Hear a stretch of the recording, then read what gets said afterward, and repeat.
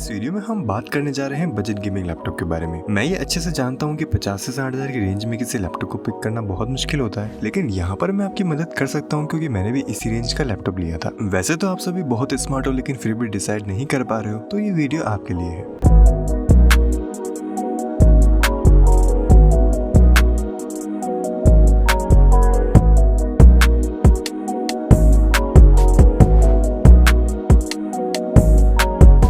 मान लो आपके पास 45 का बजट है और आप फ्लिपकार्ट और अमेजन पर गेमिंग लैपटॉप को सर्च करना स्टार्ट करते हो और वहां पर आपको बहुत सारी चॉइस देखने को मिलती है। एक बात वहां पर आप नोटिस करोगे कि सारी कंपनीज अलग अलग लैपटॉप को डिजाइन करती है, लेकिन स्पेसिफिकेशन तो सब में सेम ही होती है। इस वजह से हम पहले ये देख लेते हैं कि एक पर्टिकुलर प्राइस रेंज में कौन सी स्पेसिफिकेशन हमको देखने को मिलती है। तो 45 से 50 का जो प्राइस ब्रैकेट है, इसमें आपको 2 ऑप्शन मिलते हैं और यहाँ पर आप नोटिस करोगे कि इन दोनों ही लैपटॉप में SSD नहीं है। इसके बाद 50 से 55 का जो प्राइस ब्रैकेट है, इसमें आपको 3 ऑप्शन मिलते हैं और अगर आप 55 से 60 में जाओगे तो आपको 3 ऑप्शन और मिलते हैं। इन सारी कैटेगरी में जो स्पेसिफिकेशन सबसे अच्छी है, मैं उसको हाईलाइट कर रहा हूँ। देखो, इनमें से आप कोई भी लैपटॉप ले सकते हो, लेकिन यहाँ पर 2 ऐसी चीजें होती है जिनसे आपको भी एग्री करना पड़ेगा। एक तो लैपटॉप फ्यूचर प्रूफ होना चाहिए और दूसरा जिस पर्पस के लिए आप उसे ले रहे हो वो फुलफिल होना चाहिए। एक बात यहाँ पर मैं क्लियर कर देता हूँ कि जब आप एक फिक्स बजट के साथ मार्केट में आते हो तो आपको कहीं ना कहीं तो कॉम्प्रोमाइज करना ही पड़ता है। इस वजह से डिस्प्ले में हम कॉम्प्रोमाइज कर सकते हैं, रैम कम पड़ती है तो बाद में इंस्टॉल कर सकते हैं, SSD को भी बाद में इंस्टॉल कर सकते हैं, लेकिन उसमें हमें पार्टीशन को चेंज करना पड़ता है, विंडोज को SSD में ट्रांसफर करना होता है, जो डेटा ऑलरेडी आपके पास है उसको बैकअप रिस्टोर करने में बहुत टाइम लगता है। ऐसे में अगर SSD लैपटॉप में पहले से ही हो तो चीजें काफी आसान हो जाती है। तो यहाँ पे कौन सा लैपटॉप बेस्ट है, ये कंक्लूजन सिर्फ 3 टॉपिक पे टिका हुआ है। एक है CPU, GPU और SSD। तो सबसे पहले बात करते हैं SSD के बारे में। तो SSD और हार्ड डिस्क में बूट टाइम में बहुत ज्यादा फर्क है, साथ ही app loading time, Windows loading time और जितने भी एक्शन आप एक्स्ट्रा में परफॉर्म करते हो वो बहुत फास्ट फील होते हैं। ऐसे में कोशिश करो एक ऐसा लैपटॉप लो जिसमें SSD पहले से ही हो। भले ही आप 45,000 से कम का कोई लैपटॉप ले रहे हो तो भी एक SSD वाले लैपटॉप को ज्यादा प्रायोरिटी दो, क्योंकि सॉफ्टवेयर आजकल बहुत थिक हो गए हैं, विंडोज अपने आप में बहुत हैवी हो गई है। ऐसे में SSD आज के लैपटॉप में बहुत जरूरी है। अब बात करते हैं CPU के बारे में। तो ये 45 to 60 की जो रेंज है ना, इसमें आपको सिर्फ 2 ही CPU देखने को मिलते हैं। एक है Ryzen 5 3550H और दूसरा है i5 9300H। इन दोनों CPU के स्पेक्स आपके सामने हैं और यहाँ पर आप देख सकते हो कि ये दोनों ही CPU 40 नैनोमीटर वाले हैं। ऐसे में जिसकी क्लॉक स्पीड ज्यादा होगी वो ज्यादा अच्छा परफॉर्म करेगा। और बेंचमार्क में भी कुछ ऐसा ही देखने को मिला है। Cinebench R15, Geekbench 4, Geekbench 5 सबके सब इंटेल के फेवर में है। साथ ही जितने भी डे टू डे टास्क होते हैं उसमें इंटेल थोड़ा फास्ट फील होता है, क्योंकि उसमें सिंगल कोर परफॉर्मेंस ज्यादा अच्छी है। Ryzen में भी वर्कफ्लो बहुत ही स्मूथ है, लेकिन अगर इंटेल थोड़े पैसे ज्यादा ले रहा है तो उतनी परफॉर्मेंस भी डिलीवर कर रहा है। अगर वीडियो एडिटिंग की बात करें तो प्रीमियर प्रो में इंटेल AMD से 20% फास्ट है। अगर बात करें दूसरे वीडियो एडिटर की जैसे फिल्मोरा, तो उसमें भी इंटेल का एक्सपोर्ट टाइम कम है। तो प्रोडक्टिविटी वाला काम करना है तो i5 बहुत ही अच्छा CPU है, और अगर गेमिंग करनी है तो दोनों CPU बराबर है। तो यहाँ पे कुछ एक्स्ट्रा फीचर की बात करूँ जैसे अंडरवोल्टिंग, ओवरक्लॉकिंग, ये सब चीजें AMD के CPU में पॉसिबल नहीं है। इस वजह से इंटेल में एक्सपेरिमेंट वाली चीजें आसानी से हो जाती हैं। ओके, तो अब बात करते हैं GPU के बारे में। यहाँ पर मैंने बहुत सारे गेम टेस्ट किए हैं, लेकिन अप्रोक्स हर गेम में 1650 ने 10 से 12 FPS ज्यादा दिए हैं। कुछ गेम्स की क्लिप में इंक्लूड कर रहा हूँ, आप पहले उनको देख लो या फिर नीचे जो मैंने टाइम दिया है वहां तक स्किप कर लो।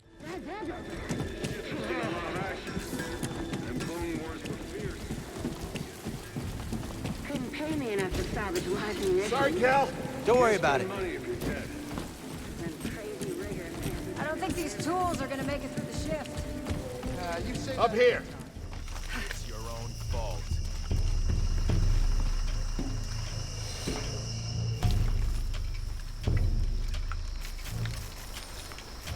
Come on, just do it.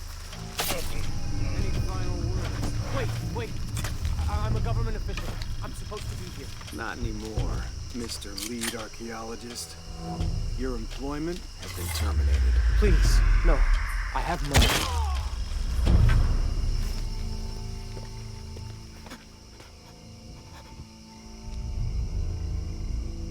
I won't hurt you. You work for Trinity. What did they find? Well, they've been searching for a temple entrance for many years. Today they found it. I have to go warn my sister. She's on her way here now.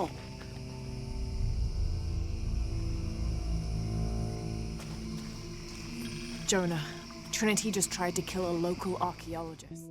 तो इस पूरे video का conclusion क्या निकलता है वो मैं आपको समझा देता हूँ। i5 9300H Ryzen 5 से 10% फास्ट है और Nvidia 1650 में 10 से 12 FPS हमें ज्यादा मिलते हैं। ऐसे में 7000 रुपए एक्स्ट्रा स्पेंड करने पर आपको 20% फास्टर मशीन मिल रही है और मुझे ऐसा लगता है कि ये चीज वैल्यू फॉर मनी को बिल्कुल जस्टिफाई करती है। ऐसे में अगर आपका बजट 53 समथिंग है तो उसको 59 कर लो और Acer Nitro 5 ले लो। अगर आपका बजट 60,000 है और थोड़ा सा फ्लेक्सिबल है तो आप Acer Nitro 5 और ROG Strix ये दोनों में से कोई भी ले सकते हो। लेकिन अगर आपका बजट बहुत टाइट है, 50 से ऊपर आप जा ही नहीं सकते, तो आपको फुल AMD वाले लैपटॉप लेने चाहिए। उसमें आप लो सेटिंग पर 1080p गेमिंग आराम से कर सकते हो। अब यहाँ पे GTX 1050 वाले लैपटॉप भी आपको देखने को मिलते हैं और वो अलग कंफ्यूजन क्रिएट करते हैं। तो देखो, लैपटॉप तो चाहे आप कोई भी ले लो, आप अपना काम तो उससे निकाल ही लोगे, लेकिन फर्क बस ये है कि कुछ लैपटॉप उस काम को जल्दी करते हैं, कुछ धीरे करते हैं। लेकिन फिर भी इस प्राइस रेंज में मेरा जो ओपिनियन है वो आपके सामने है। जब मैंने लैपटॉप लिया था तब मेरे सामने भी कुछ इसी तरह के ऑप्शन थे और उनमें से मैंने इंटेल और एनवीडिया के कॉम्बिनेशन को पिक किया था। लेकिन जिस पर्पस के लिए मैंने लैपटॉप लिया था वो आज भी उतना ही स्मूथ है जितना वो अपने पहले दिन था। यहाँ पर एक एडवाइस है कि अगर आपका बजट कम है तो पेरेंट्स को कन्विंस करो या फिर थोड़ा वेट करो और अपनी सेविंग से बजट इंक्रीज कर लो। बात बस इतनी सी है कि अगर लैपटॉप लेना ही है तो क्यों ना बजट कैटेगरी का सबसे बेस्ट ले लिया जाए। वैसे अभी आपने कोई लैपटॉप ले भी लिया है तो भी कोई इश्यू नहीं है, क्योंकि लैपटॉप महंगी चीज होती है, इसको लेना इतना आसान नहीं होता है। अब मैं अगर ब्रांड की बात करूँ तो Acer Nitro 5 और ROG Strix G आज की डेट में सबसे बेस्ट बजट लैपटॉप है। इन दोनों में से आप कोई भी ले लो, परफॉर्मेंस में 1% का भी फर्क नहीं होगा। अब 2020 में ये बजट कैटेगरी थोड़ी सी चेंज हो जाएगी क्योंकि बहुत से नए लैपटॉप इस कैटेगरी में और ऐड होने वाले हैं। तो इस बजट कैटेगरी में जो अपकमिंग लैपटॉप है उसके बारे में मैं एक अलग वीडियो में बात करूंगा। यहाँ पर सबको गेमिंग लैपटॉप की जरूरत नहीं होती है, इस वजह से मैं अल्ट्राबुक पर भी इसी तरह का एक वीडियो एडिट करूंगा। लेकिन तब तक आपको बस लाइक करना है, थोड़ा सा शेयर करना है और मैं मिलता हूँ आपसे अगली वीडियो में।